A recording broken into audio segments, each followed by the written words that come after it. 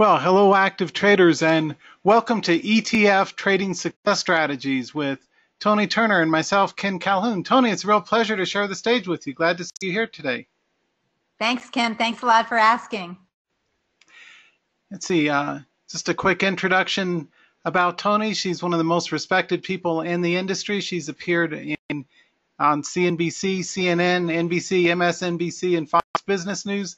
I learned a lot from her Beginner's Guide to Day Trading online book, and that was my first Amazon review I ever wrote out of hundreds now back in the year 2000. So she's been around, highly respected. She's written quite a few books, including that one, and she's highly respected around the world, speaking at the Money Show Traders Expos. She's been in tradingmarkets.com, equities.com, the Streets Real Money Pro, and Market Watch. So great to see Toni here. As always, all information is for educational use only. We don't make any advice or recommendations about what to buy, sell, or hold. And by watching this, you agree not to make any actual trades. It's to learn new strategies. Toni will take the first half hour, and I will pick up the second half hour. And yes, it will be recorded and available on YouTube. With that, let me go ahead and turn it over to Toni, and we'll get underway today. And welcome aboard, everybody. Thank you, Ken. Hold on here. Let me get this going. Hold on just a second, please, everybody. It's good to see you all here today. I'm going to get this going, so just give me a second. It's going to take me a second to get this set up, but not very long. Okay. I'm going to assume. Looks great. Can you see it? Okay. Yeah. All right. So hi, you guys. As you know, again, our topic today that Ken and I are talking about are ETF trading success strategies. As Ken said, and I'm very happy he invited me to be with him today. We haven't talked together in a long time, and it's always a lot of fun. So here we go. We're talking today about ETF trading success strategies. As you all know, ETFs, a long time ago, I called them, voted the most likely to succeed when they started coming onto the market, because they've given us, now thousands of them have given us so many diverse choices and actually let traders who maybe hadn't thought before of even trading commodities like oil, because in the old days, that's what you did, and you got your head handed to you when you went into the futures markets. Now you can trade exchange-traded funds that trade commodities like oil, like natural gas, like gasoline and corn and ag, and on and on and on.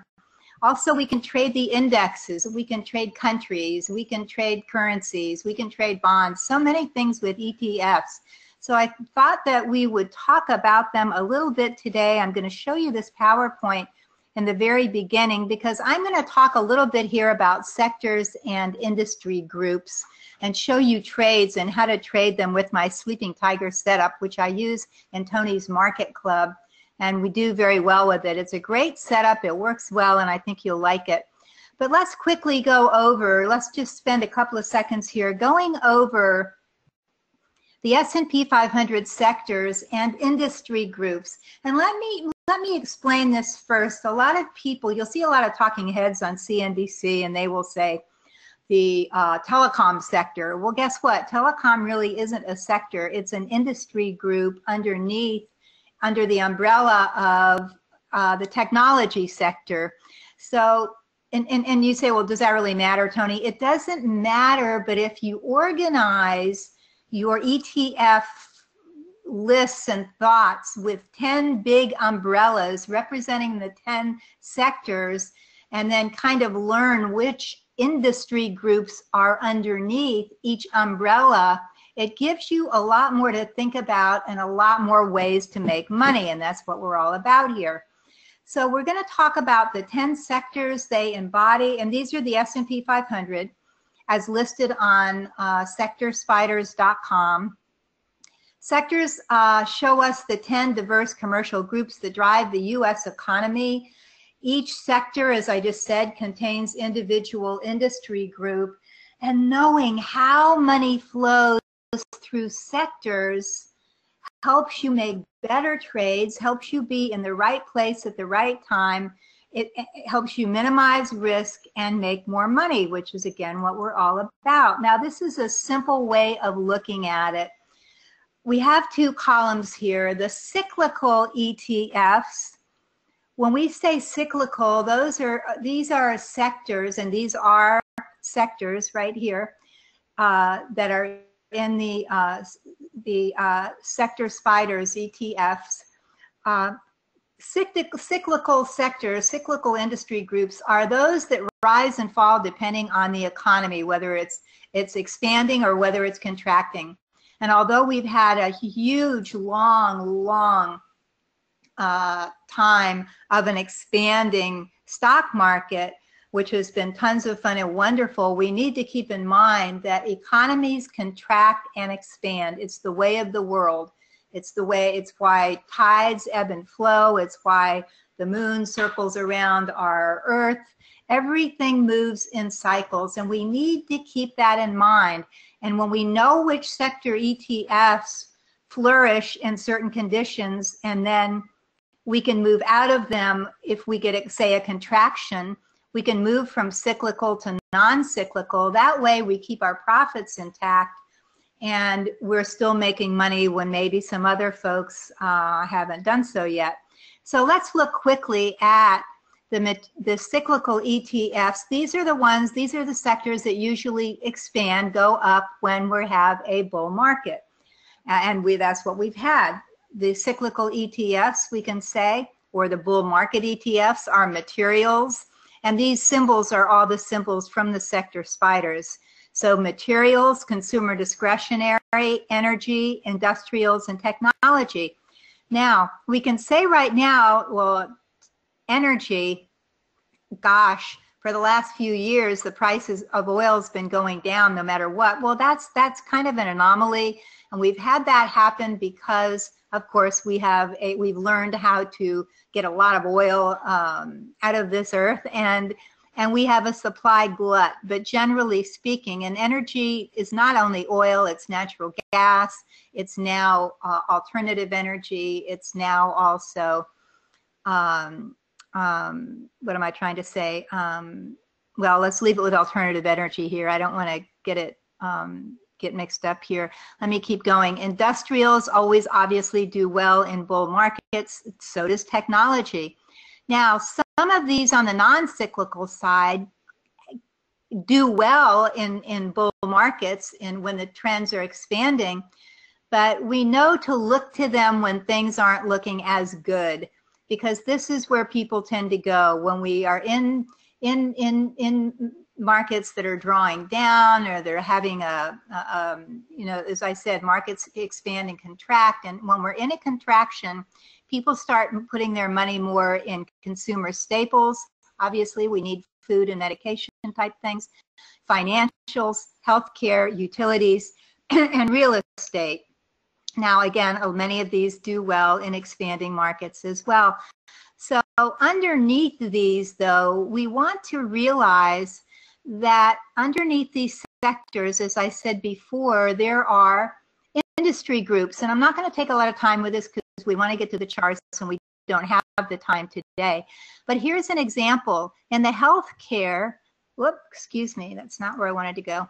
In the healthcare, sector, we can say there's three industry groups. There's medical equipment, there's pharmaceutical. Actually, we could lump pharma and biotechs together, and there's healthcare providers, which I like to trade. So in financials, there's a ton of things, from money center banks, regional banks, real estate used to be in there, insurance companies. So every sector has individual industry groups, and some of the industry groups are just as interesting as the sector themselves. But if I say, hey, the industrial sector is moving higher here, I'm looking at the XLI, and I think, well, what's really moving within the industrials? And there are many, many industry groups within the industrials, from home builders to transportation to all kinds of equipment, to companies like Deere and Caterpillar. Caterpillar, there's a huge amount of industry groups under the industrials umbrella where I can go look. And by the way, if you do, I'll tell you a little later on, there's a page on my website where you can find a whole list of sector ETFs and industry group ETFs. Of course, it's free. Now, let's keep going here. So with that in mind, I'm going to jump out of this and show you some of my favorite trading.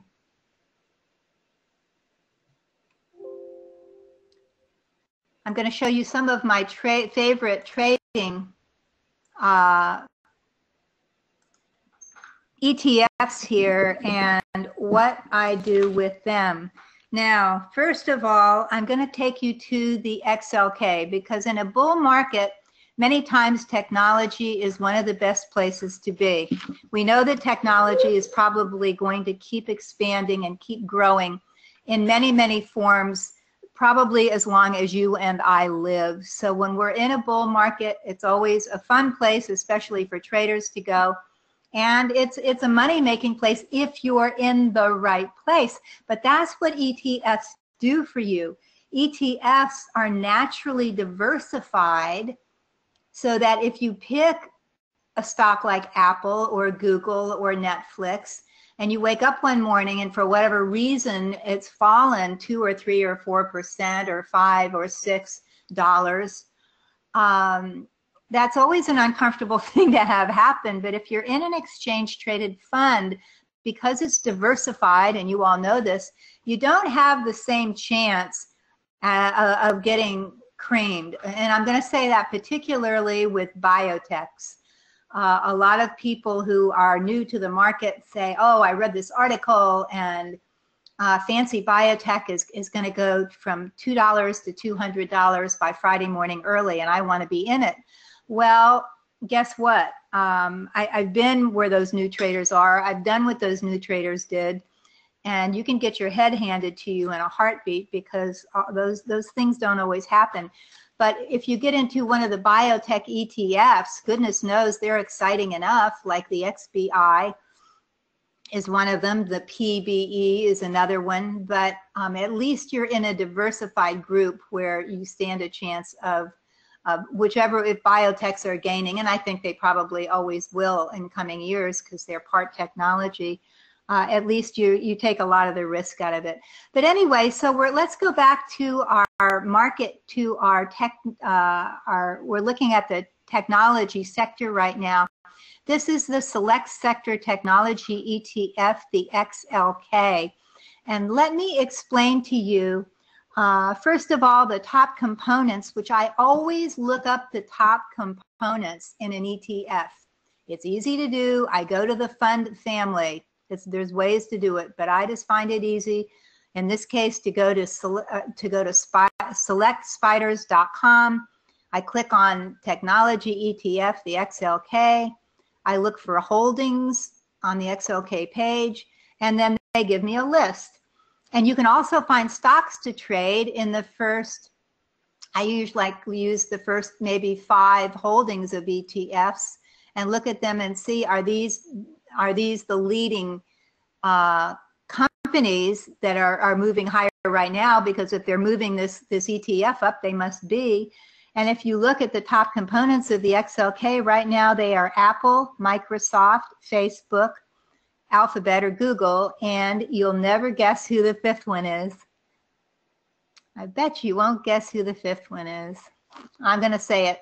It's AT&T. It's actually a huge technology company, but a lot of people think of it as telecom, but you know what? It's in the technology sector. Okay, so let me explain this sleeping tiger setup to you real quick, and then we'll keep going. On this chart that you see in front of you, it's a daily chart of the Select Sector Spiders exchange traded fund. You will see the red line you see on this screen is the 8-day simple moving average. The blue line you see on this screen is the 13-day simple moving average. The green line is the 50-day moving average, and the black line is the 200-day moving average. Now, these are the moving averages I keep on my screen. We use them in Tony's Market Club. in every session. I call this my sleeping tiger setup, and we use it consistently, and for the past 8 years, it's a great setup to deliver profits. I'm not going to give you all of the criteria because we don't have the time, but basically, we look for stocks and ETFs, not always, but usually when they trade above their 50-day moving average, usually excuse me, not always, the 200-day moving average is underneath, but that's the way I like it, is everything lined up properly. And then when price moves up and over the 50-day moving average, I'm looking then for the 8-day moving average, the red line, to cross up over the blue line, the 13-day moving average. And I want, when I enter, I want the 8-day moving average to be rising. Now this setup is targeted for swing trades. Sometimes you'll be in these swing trades if you mind this average for a long time, which I find reassuring. If you get the right stock, it'll work well with this 8-day moving average. Maybe you'll be in it for 9 or 10 days as you would have been if you were in the XLK. Now I have an alternative solution and setup that I use for longer term trades, but for right now, I'm looking for a setup where the 50-day, the 8-day, and the 13-day moving averages have all come together, and price breaks out and above them. And then of course we have a breakout here, and price starts up with the XLK. Now you could have gotten in early. I probably, because all these moving averages are grouped together on the 50-day line, when this candle started up, I probably would have been in. And then what our goal is for the sleeping tiger setup, and I'm sure Ken will tell you, you need to have a goal, or at least a set, you need to have a plan for how you manage each trade. Our goal with the sleeping tiger setup is that price walks right up the 8-day moving average. We don't ask any more than that. Price walks right up the 8-day moving average. Now, our first stop, our first protective stop comes in if price closes below the 8-day moving average. We take all or half of our position off the table. This is an absolute. This is what I call no kidding around. Now, if you still have half your position, when price closes below the blue line, the 13-day, then you exit the entire position. So you can exit all the position when price closes below the 8-day, or you can wait, take off half the position, and then wait till price closes below the 13-day. And sometimes you get a little extra juice out of that type of strategy. When it closes below the 13-day, we're out. Now notice in the XLK here, it popped back up, and you say, Toni, can I stay in? And I'm going to say, you can do whatever you want, but if you don't have discipline, a set trading plan, and if you yourself don't have discipline, I'm sorry, it's going to be a real tough market for you. Trading is about, you want to be in during the good times and out during the bad times, because when price falls below the 8 and 13, there is a chance it could keep right on going. So why would you want to test that out? Why not find an agreeable ETF or stock and use this the way I just said? Now, you will note that moving up here through January, the XLK just walked right up for, I don't know, looks like 3 weeks here, walked right up its 8-day moving average and stayed above that 13-day line all the way into March, and then one big day down. 3 days, 4 days below these lines, I don't care, I'm out. And good thing, because it rolled over again. But then when it bounced again, and the 8-day, what I want the 8-day to do is be rising when I'm thinking about getting in, rising above the 13 days. I want price nestled right in that curve there, and then I'm in. And my line is I stay in as long as price is above the 8-day moving average. Now you say, what about industry groups? Well, we could look at the SKYY is a nice ETF. This is the First Trust Cloud Computing ETF, and you know it's going to look a whole lot like the technology ETF that we just looked at. So we can look at basically the same kinds of trades in here. Now, if price is dicey and looking funny, our trades may be short and we may not get huge profits out of them. But if price is really moving in an uptrend, that's what I want. By the way, I don't want price that's moving in a downtrend when I get in. I want price that is breaking out into an uptrend or in the context of an uptrend. Now, when uptrends get too old, they start getting really anxious and cranky like we do when we get old, some of us. And as you can see, the SKYY, which is cloud computing, was very happy for most of 2017 and stayed above the 50-day moving average until it got up into May and June. Then it started getting cranky, and this happens to many, many stocks and ETFs that have been in an uptrend for 6 to 7 months. When they start getting cranky, I want to go somewhere else. There are a few of you guys who would stick around and do trades like this, and that's fine. I have been trading so long, I like things that are a little easier.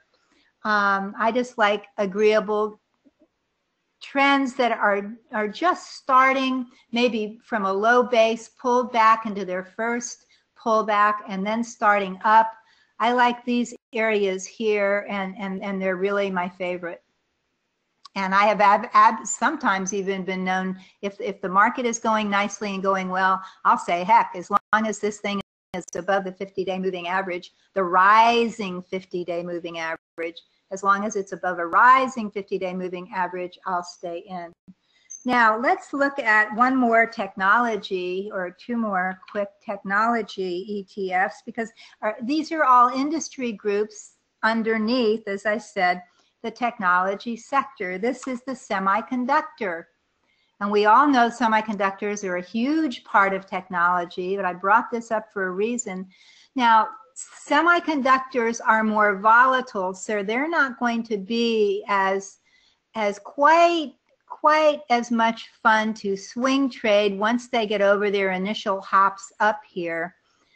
So this is where, when I see price start to move up and down in early parts of a trend over the 8 and 13, I don't want to get in and out.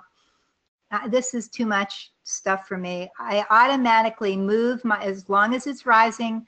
I say, okay, what I'm going to do if I'm looking at the semiconductor ETF and say it's moving like this, I'm going to say that as long as it's trading above the 50-day moving average, I'm in.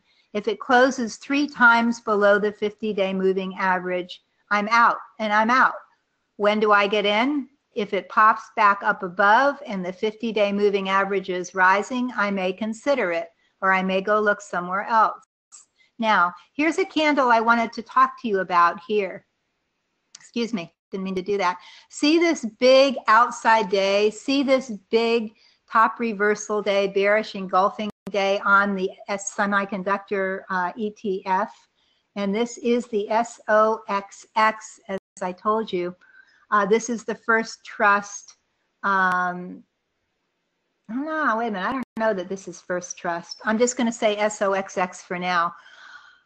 See this big outside day? This fell 7%. It gapped open to its highs and then started falling and engulfing all of these candles. If I had seen that happen when I was in this, in a swing trade using my Sleeping Tiger setup, if it started down here and started to head below quickly as it did here, the 8-day moving average, I would exit intraday. Why? This candle has a 7% pullback in it all by itself. And I'm not interested. I would still make a profit, but I'm not interested in giving back that many profits. See, if you see candles pulling back, if you see price ETFs pulling back with big red candles on high volume days, that means that there are definite bears in there, definite and definite selling. And in this one you say, well, hey, Toni, it didn't close below the 13-day. Right, that's not as bad, and I would have given up half my position and probably kept the other half. But when you see one that starts down 5% or more, I'm out, because I know that there's a lot of volume going on. You look down to it, and a lot of weakness. But what if you say, well, I'm not getting in the SOXX. I want something with more fun than that to it. I want more profits than just trading the semiconductor ETF like we used to do in the old days. So you say, all right, I hear you. So maybe we get into the SOXL, which is the 3 times, it's a Direxion, and I think that's how you say it. Maybe Ken knows. Direxion, DIREXION ETFs. This is the 3 times leveraged exchange traded fund that that goes up 3% for every 1%. The regular, the SOXX, goes up, and goes down 3% for every 1% that the semiconductor index goes down. So if you're in one of these leveraged funds like the SOXL, which is a 3 times leveraged fund, this candle here, if you see a candle like that starting, I'm not adverse to saying, hey, I'm in doubt, I'll get out early. This gave back 21%. It opened at $112, went down to a low of $89, and finally closed at $95.88. And you say, well, it closed up, but look at the sentiment here. This engulfed like 6 days of price action. Something is really, Houston, you got a problem. So I'm going to say I don't care, because I think the next few days that people are going to be very upset by this. So that's why with leveraged funds, I know a lot of you say, well, exchange traded funds aren't exciting enough. I'm going to go into the leveraged funds. And I think Ken's going to talk to you about that. And you certainly can, and you can make great money. I'm just saying that you absolutely need discipline. I'm going to show you my last fund before I turn this over to Ken that I like to trade. I'm not in it right now. That I like to trade just using fundamentals. I don't go in and know the seasonality. I know a little about it, but of gasoline. This is the United States. This is the UGA is the symbol. This is the United States Gasoline Fund. It is, if you're trading it, it represents an index of, well, it's RBOB gasoline, an index of futures, and it trades in the New York, or that trade in the New York Merc. Now you can see here, if you just look at the red and blue lines, you can see how the UGA, it's not perfect, but I can trade this just using my sleeping tiger setup, and I can use it on the short side, trading as soon as price falls below the falling 8 and 13-day moving averages, especially if it goes down below the 50 and 200-day moving averages. I can trade it to the short side, like in a move like this, and then I cover as soon as price breaks above the 8-day moving average. I cover it. This is just for trading, just and not even having to know many of the fundamentals. I enjoy trading the UGA with the sleeping tiger setup. So we're, well, I know what I want you to know before I end this. Please know that when you're trading a fund like the UGA or the USO, which is the United States Oil ETF, or the UNG, which is the United States Natural Gas ETF, please know that these are easier traded in tax-advantaged accounts like an IRA, because these have a different, the IRS considers these to be commodities if you're trading in these funds. So if you're trading, look up what your fund stands for. If it says it represents futures contracts, then it's considered to be a commodity, and your profits are taxed and losses are taxed differently than they would be for just straight equity ETFs. It's actually advantageous, but you have to have either you or your your tax preparer has to know how to do that. So in order to get around that, I just trade them in my IRA, and then you don't have to worry about it. So, all right, now I don't know that we don't have time for questions here, I don't think, Ken. Are you there? Yeah, and a great presentation too. So how can they learn more from you? Well, let me get up, and I'm glad you asked. Hold on. Let me get back. I'm just going to show the slide the way it is here, if everybody can see it. My website is toniturner.com. We'd love for you guys to get my free newsletter, because I talk about my free newsletter comes out every Saturday, is delivered to your inbox, and I look at the overall market with the SPY and sometimes the QQQ or the IWM, the Russell 2000, and then I always give people one ETF I'm looking at that may be something that they want to get into for the next week or two or three, depending on if it goes well, and I explain where to get into it, why to get into it, and where to get out. So if that's something that interests you, my newsletter, you can just go to the link toniturner.com/newsletter. You can also contact us at info@toniturner.com. So thank you very much for inviting me, Ken, and I'm going to stick around and learn from you now. Well, thanks so much, and it's a real honor to share the stage. Like I told Toni, for years and years, she was the only other presenter whose presentations I'd go out of my way to go watch at the Money Show events. Her events are always packed full with people, and she's the smartest person I know in the whole world when it comes to ETFs and a lot of things trading. So highly recommend Toni Turner. She is my complete endorsement as one of the world's top educators. So thank you so much, Toni. I always learn new things. I could stick here another hour or two listening to you, because you're thank you. You're very kind, Ken. Thank you. Refreshingly, extremely smart and know what you're talking about. So, hard to find, but much valued in the education industry. So thanks so much. Thank you. Should I take this down? Let's see. I'll go ahead and take over now, and we will get underway with the presentation. But thanks. You guys, seriously, go check out toniturner.com. She's one of the best people. I learned a lot from her, like how to use the ARMS index, the trend, and day trading, and also like she said, don't use a lot of chart spaghetti. Too many technical indicators don't necessarily make for better trading. You have to have a few that are focused and give you actionable signals. So we're going to take a look at both some intraday and swing trading ETFs that I like to trade. For example, our gold ETFs.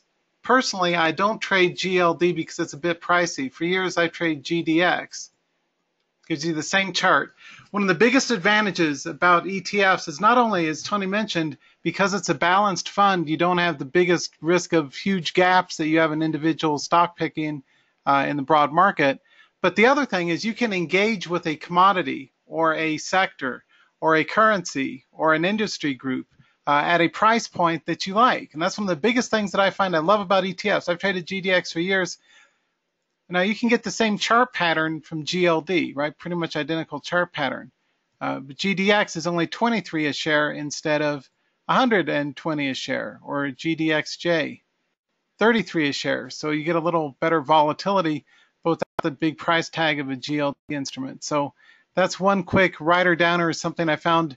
I've done as much as 4.1 million in verified trading volume in a single year, and so as a working real money trader, I'm always looking for an edge.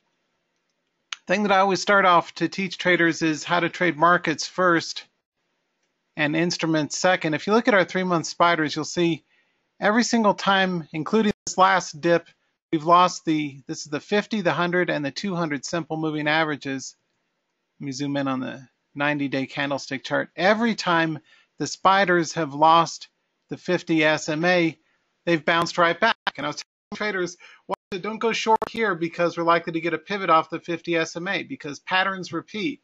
So it's extremely valuable to you as a stock or ETF trader to look at instruments like the spiders or the Qs, and you take a look at what it does at major moving averages that institutional traders use, like the 50, the 100, and the 200. So that's a pattern.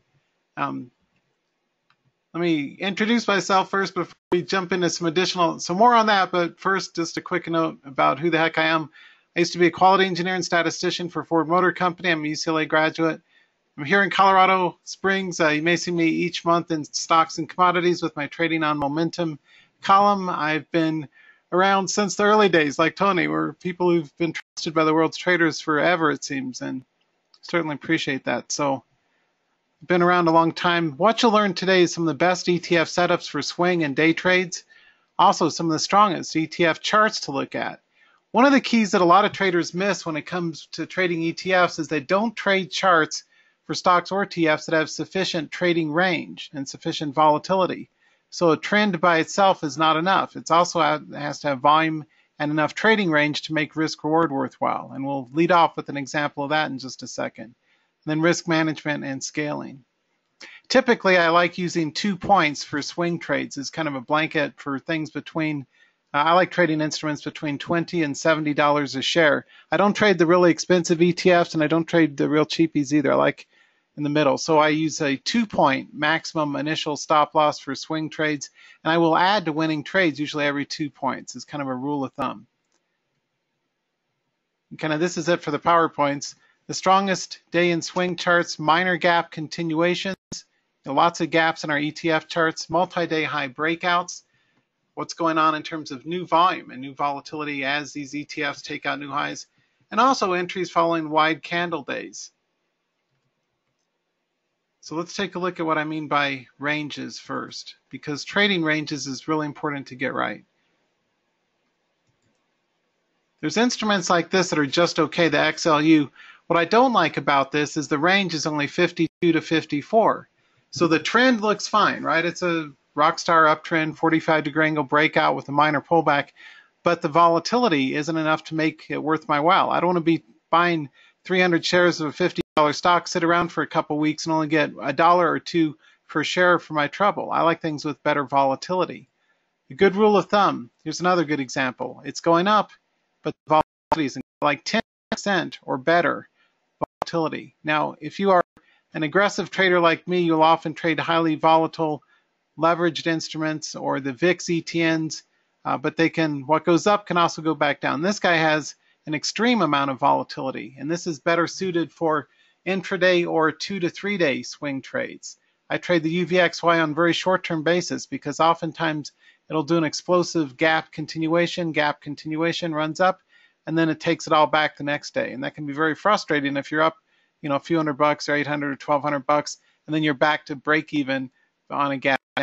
This one does have an extreme amount of volatility, and the VIX ETNs like UVXY and TVIX and VXX are ones I've traded for many, many years. What's been going up lately? Gold has been going up, and one of the things that I want you to start looking for is 15-day highs. That's my favorite swing trade. I usually add 50 cents as a false breakout filter. I know we've probably all been in the situation. Here's proof of concept that it actually works. Let's just go back here a second, and you may have seen my articles on equities and stocks and commodities. How many times have you gotten into something, hey, it's taking out new highs, hey, it broke resistance, I get in, and then you get stopped out, and then it runs up without you, and then it double runs up without you. It's really frustrating. Avoiding these false breakouts, especially valuable when you're trading ETFs for swing trades, is simply a matter of often just for the ones $20 to $70 a share, adding 50 cents or so to the previous high before getting in. So I'll wait till 23.5, 23.60 before getting into this guy because I anticipate the false breakout, and I didn't trade it here because I knew it was likely to stop and pull back. Just like today, it's excited, it's running up, it looks wonderful, but not so fast. From a trading standpoint, you're always looking for continuation moves. It's not enough to just buy new highs. Your goal as a professional trader is to make money while taking as small stop losses as possible along the way. And the way to do that is to make sure that you have a false breakout, kind of a safety buffer above obvious resistance. So that's the mechanics of trading. One of the things that does put it on my radar, though, is the tall green candle. And if you take a look at this, and this is true for any instrument, whether it's ETFs or equities, be on the lookout for large green candles, especially if on a subsequent day it pierces a major moving average. Now I use the simple 50, 100, and 200 institutional SMAs because my institutional clients use those, and so I learned from market maker guys who used to come to my seminars in Vegas, that's what we use. That's what they use, their tech analysts, to put their algorithmic trading values in. So the point is, it's alive, it's kicking, it's alive. but not so fast. See, here's the same thing. Big green candle didn't break over the 100 SMA. Big green candle, we expect the same. It may just chop and drop. If it breaks 33.50 or north, that will be my first trade setup. And here's a good, quick professional strategy. This is a rider downer. I've used this for many years. I've traded millions of dollars worth of these things, and you have my word. I can't promise profitability, but I can say it's one of my very favorite strategies for pivots is to buy right above 50 cents or so, right above each major moving average using the 100 and 200. So the first entry would be 33.50. Maybe I go a couple hundred shares deep here, then I scale in and add to it if it breaks 36.50. So you look for it's kind of like a window. This is a downtrending instrument, so it's dangerous because it's under the major moving averages. But if it does pivot back up based on this large green candle, trading right above the 100 and 200 SMAs can be a particularly effective trading strategy. I still like buying new highs. It's what I do for a living. But there's plenty of pivot opportunities in the market given the consolidation we've seen lately. You know, if you look at the spiders, you could see big picture. We had an uptrend, like Toni said, and she's so right. You have these cycles of the market: uptrend, slight downtrend, cycles back up, and it cycles back down. I don't use Elliott waves. I just use price action and volume. But it did pivot off the 50 SMA, so it's up, sideways, down, up, sideways, down. We may get another up leg, and so trading that effectively using the spiders as a rule of thumb or as a good visual price action indicator can really help. Now, what are some of the patterns that work out the best? And I'm a pattern day trader and a pattern swing trader. Minor gap continuations are all well and fine, but one of the challenges, like here, minor gap will often continue, but use a break-even stop, because one of the challenges trading ETF gaps that's unique compared to regular equity gaps is that oftentimes they will pivot back down, especially in a range-bound market, particularly with index-tied ETFs like spiders and Qs and diamonds and the Russell and all that. So it is good to buy right above the gap continuation in these instruments, but be aware that oftentimes they will pivot. So I'm a huge fan of trading break-even stops. So here's an example, big picture of an engulfing type pattern. It's not a daily candlestick engulfing pattern, but here we had a previous day's high-low that got engulfed, eclipsed by the buyers in Nugget, one of the gold ETFs, because gold's been sparkling a lot today, right? So we got an engulfment starting from below this trading range and closing above. We're not long yet. I still want it to get north of 34, but it's on my radar because it is shown an extreme amount of buying interest today, right? This guy ran from 30.4 to 33. Brings up another quick tip. It's always useful to use whole number support and resistance for ETFs and equities. Whole number support, whole number resistance often yields some of the best trading opportunities. You get in 20 or 30 cents above a whole number, sell right under for an intraday setup. So I often will buy a 20 or 30 cent above a whole number and sell the 80 or 90 cent knowing that that was a good 70 cent round trip for intraday. For swing traders, as long as you close near a high, which we did today in Nugget, that makes it worthy of consideration for a swing trade if it's able to pierce the previous high plus 50 cents, so somewhere north of 34 or so for our gold instruments.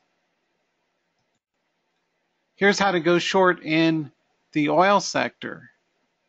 This is the ultra short, so leveraged SCO.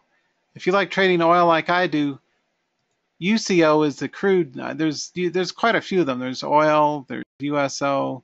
They all get the same chart pattern. And like I said, one of the neat things is you can choose to engage with it at a price that makes sense for your trading account on your terms. So this is a $5 ETN, the IPATH S&P crude that's down. Here's UCO. Of course, we don't want to go catch a falling knife for a dead cat bounce. Just say no. Stop the madness. This is not cheap. It's cheap for a reason. Next stop, maybe it goes down to 10. So we don't want to buy it here unless it recovers a multi-day high. The smart play is to just go long in whatever's going long, right? So SCO is the short. Here's how to short oil, is to buy long in the SCO ETF, right? Because it's taking out new highs. And you can see here's a pattern that I've taught for a lot of years. So you've got kind of a steady uptrend, kind of choppy uptrend on this one that accelerates. And I call this an acceleration ramp, where you got a steady uptrend that, and if you draw the center line, if you're to do a mean reversion line or a regression line, I'm sorry, at the middle, it's a 45-degree angle net uptrend. So we've got a lot of buyers when it comes to shorting oil. That's how I play oil. Similarly, how do you go short gold? Let's say if you're a pivot trader and you see GDX is pulling back off its highs, what do you trade for the pivot? Well, you can trade the short gold instrument, which is dust, right? That's the direction. I don't know the correct pronunciation either. No, I call it direction. It could be direction. I have no idea. It's the one with the D and an X. The Daily Gold Miners Bear Triple. It's a leveraged how to go short the gold market, which we don't want to do now. It is starting to bounce, but not at a place where I'd buy. I would wait. Again, not a trade recommendation, but I wait until above whole numbers for pivots. I might wait until 27, 20, 30 with an exit target up near 30. But that's not, I'm a professional breakout trader. I'm not a pivot trader because pivots most of the time don't work out. You get all excited. It's starting to go up. I got it cheap. It's going to keep running. And then it just goes up another nickel or dime and then crashes and burns down to 22 and you take a big stop loss. So stop the madness. There's got to be a better way. That's not how to, you don't want to trade bounces for the most part. It's better to trade breakouts because breakouts will usually continue much further than you think. Anyway, this is how to go short the gold market, is go long in dust. The way to go long the gold market is to go long in GDX, GDXJ, GLD, JNUG, Nugget. They're all long charts, a lot of different ways to trade.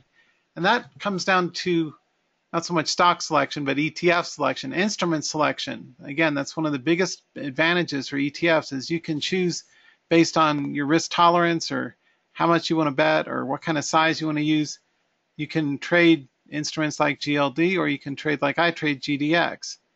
Or you can, if you want something that's a little pricier with a little better volatility, GDXJ, that's the junior gold miners, right? And it's just like JNUG.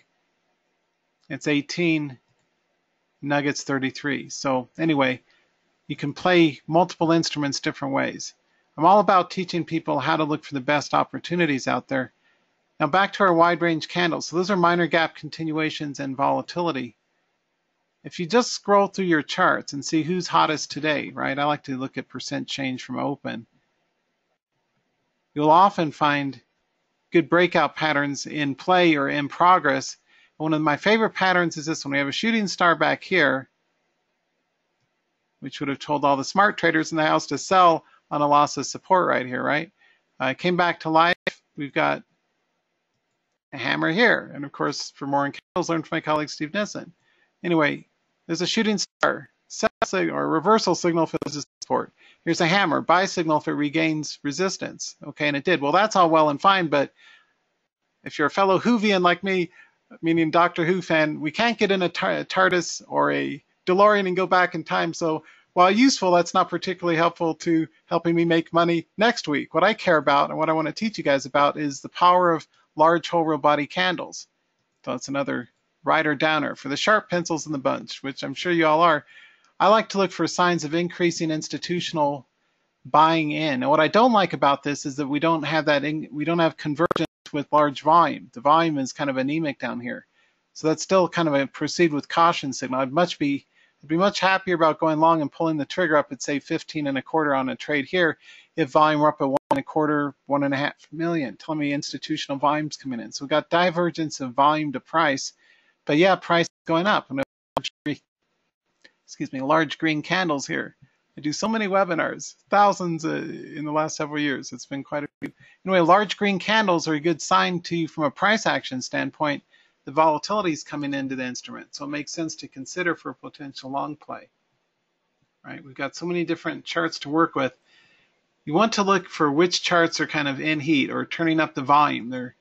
Wall Street traders would say it's in play. Which ones have increasing volatility and volume that make a good likelihood that you're not just scrolling around at it and trying to guess and gamble, but you've actually got the odds in your favor. And that's a very small subset of all the different, like Tony said, there's thousands of ETFs. Which ones are most likely to keep going up? I like this one, EWZ. That's the Brazil, the MCSI Brazil. So that's how to trade a country, I guess. Well, anyway, got a gap continuation back here. It crossed all 3 moving averages. That's nice. What I like best about it, though, is that it broke above this congestion region here at 37.50 and held. and now it's taking out new highs.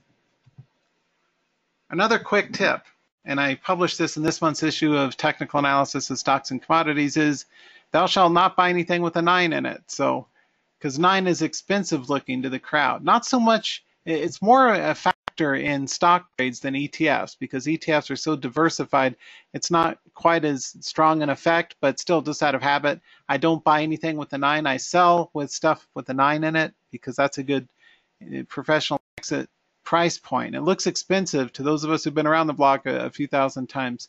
So I will instead wait until, say, 40.3. And I like to trade these guys in my my SEP IRA too, and I use buy stop limit orders. So for example, my order flow for this, I would set up, say, a buy stop 40.3, limit 41, right? So I'd be willing, if it gapped up a little bit here, I'd be willing to buy it at 40.3, or trends up and then say gaps up here. I'm still okay buying here. Use a buy stop limit order because you don't want it if it gaps up significantly. Usually they don't, but sometimes they will. So I will use a buy stop limit order, buy stop 40.3, limit 41. And not a trade recommendation, but that's what I'll be doing. So anyway, this is EWZ. It's a nice healthy uptrend continuation, populated with a lot of healthy green large candles. Volume still looks reasonably healthy, and we held previous resistance, which became new support, and we're off to the races. But because there's a 9 there, I'd still wait for up there. Good trading is all about another quick tip about risk management. It's much smarter how I trade ETFs and stocks. I will trade a basket, what I call trade wide, not deep. So I may trade 5 or 6 of these or more, but a minimum of 5 or 6 different ETFs at a given point in time. It is so much smarter. You have my word on this. My life depended on helping you guys make money as traders. Potentially, I would insist on this as a core trading rule, is make sure that you're trading at least a half dozen different instruments on small initial share size. Now, I will start off most trades with no more than 100 or 200 shares, and often way down at 50 or 70, I may buy $1,000 or $2,000 worth of that instrument, whatever that translates into in terms of number of shares. But 50, 100 shares times 6 different instruments is infinitely smarter than 600 shares of a single instrument because you're diversifying your risk. The ones that work out, you can scale into. Whenever I do my money show appearances, I always ask huge standing room crowds, like back in November, how many of you add to winning trades? Show of hands. And I still only get no more than a third of the traders will raise their hands. Of thousands I've asked.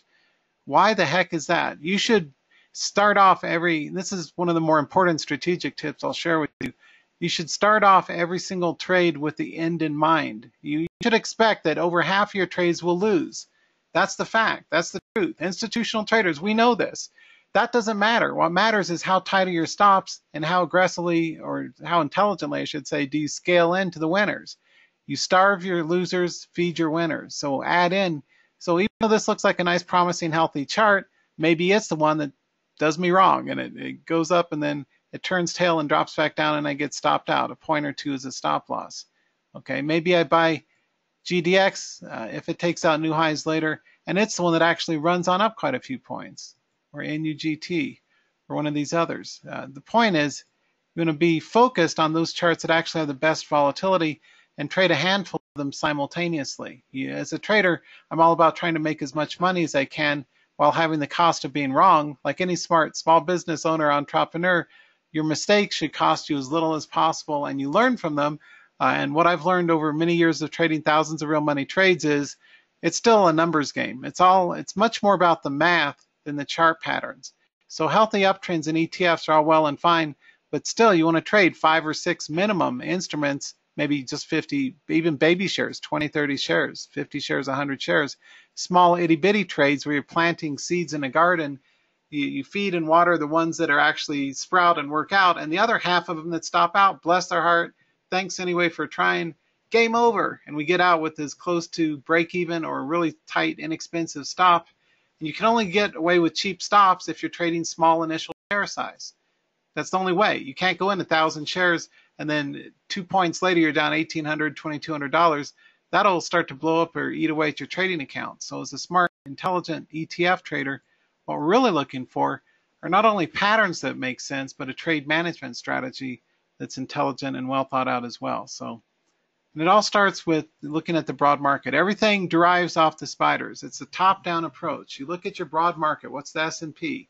Or the spiders, which is the tradable S&P, or the Qs. What are they doing? What's the story that they're telling you? Well, the story is an uptrend those last few days, right?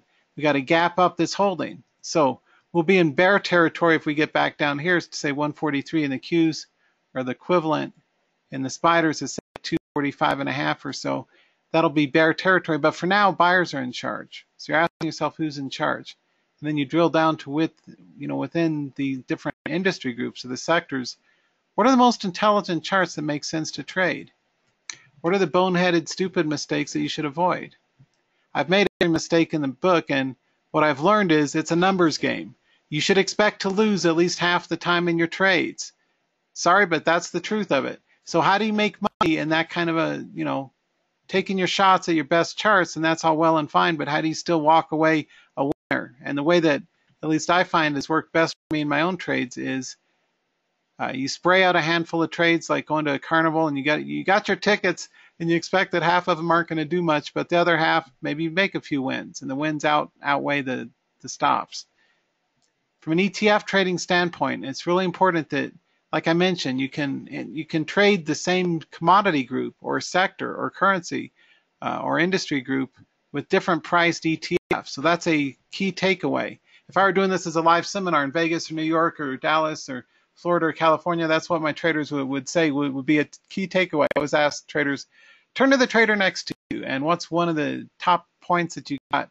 And I'm sure this would be one that at least half the traders would say is that, well, that's right. If I want to go long gold, I don't have to just trade the expensive GLD ETF at 120 a share. Risk the numbers, the leverage isn't any good on that. I'd rather trade GDX because it's only 20 a share, and it gives you about the same exact chart pattern, or GDXJ, or JNUG, or Nugget, whatever, choose your poison, but they all have different price points and very similar charts, so that's a key takeaway.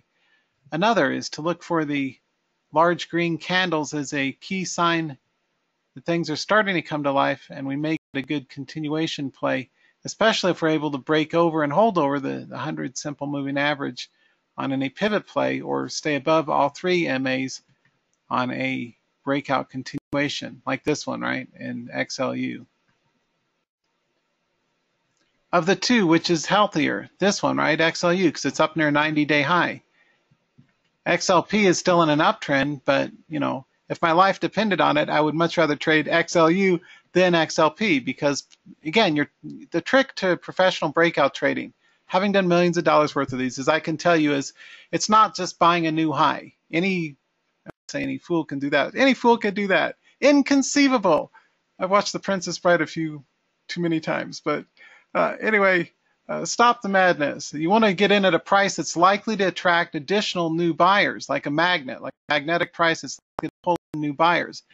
That can happen. Think about it. If you're a trader, if you're on the trading floor at Solly or Goldman, and you can't make the technical case for buying bounces without getting your head chewed off by the head trader. You can, however, make a good technical case for buying new highs at a multi-month high, because or 52-week high is another favorite play, because that's likely to attract new institutional significant volume and volatility. So those are the type of patterns that I like to trade, and I hope that it gives you an insight, in terms of how it all works. So, well, thanks, Linda, saying this has been great. I appreciate it. So thanks to all of you for being here on behalf of Toni Turner and myself. I'm really honored to share the stage with her, because she's one of the smartest people in the whole trading industry. She's the best person out there for ETFs, like Steve Nissen for candles, or my other colleagues for their respective sectors or parts of the industry. Definitely recommend Toni Turner. Is a really sharp person. She knows her stuff. She's brilliant. Highly recommend her. I only work with the best. That's another key to success in life, is find the best people you can find to work with and learn from them and implement and take action. Anyway, I run Trade Mastery. If you want to join my free, I used to do them every Saturday, but my schedule's like Tony, has gotten swamped lately, so I'm doing those the first Saturday of each month. I've got it's number one that I know of in industry. I had over 4,500 who've registered for those the first Saturday of each month from 10 to 10:20, so good outlook on the market. You're welcome. That link will take you to the GoToWebinar registration link, and you'll get updates on that, and so you can figure that out. Anyway, love to see you there. And the other link that I would give you, let me remind you of Toni Turner's newsletter link here. I posted that earlier. So learn from both of us, and probably another good next place to go to if you want is my YouTube channel. That's the best way. And check out Toni's YouTube channel too. I'm sure the link for hers is on her site somewhere. But I Run Trading Television is my YouTube channel as well. So anyway, on behalf of both Toni Turner from www.toniturner.com and myself, Ken Calhoun from Day Trading University and TradeMastery.com, I'm going to thank you so much for being here and look forward to working with you in our upcoming other educational events. So take care and trade with passion, trade with intelligence, trade with real tight stops, and try and make as much money as you can while giving back as little as humanly possible. So go get them, and I'll see you next time. Goodbye, everybody.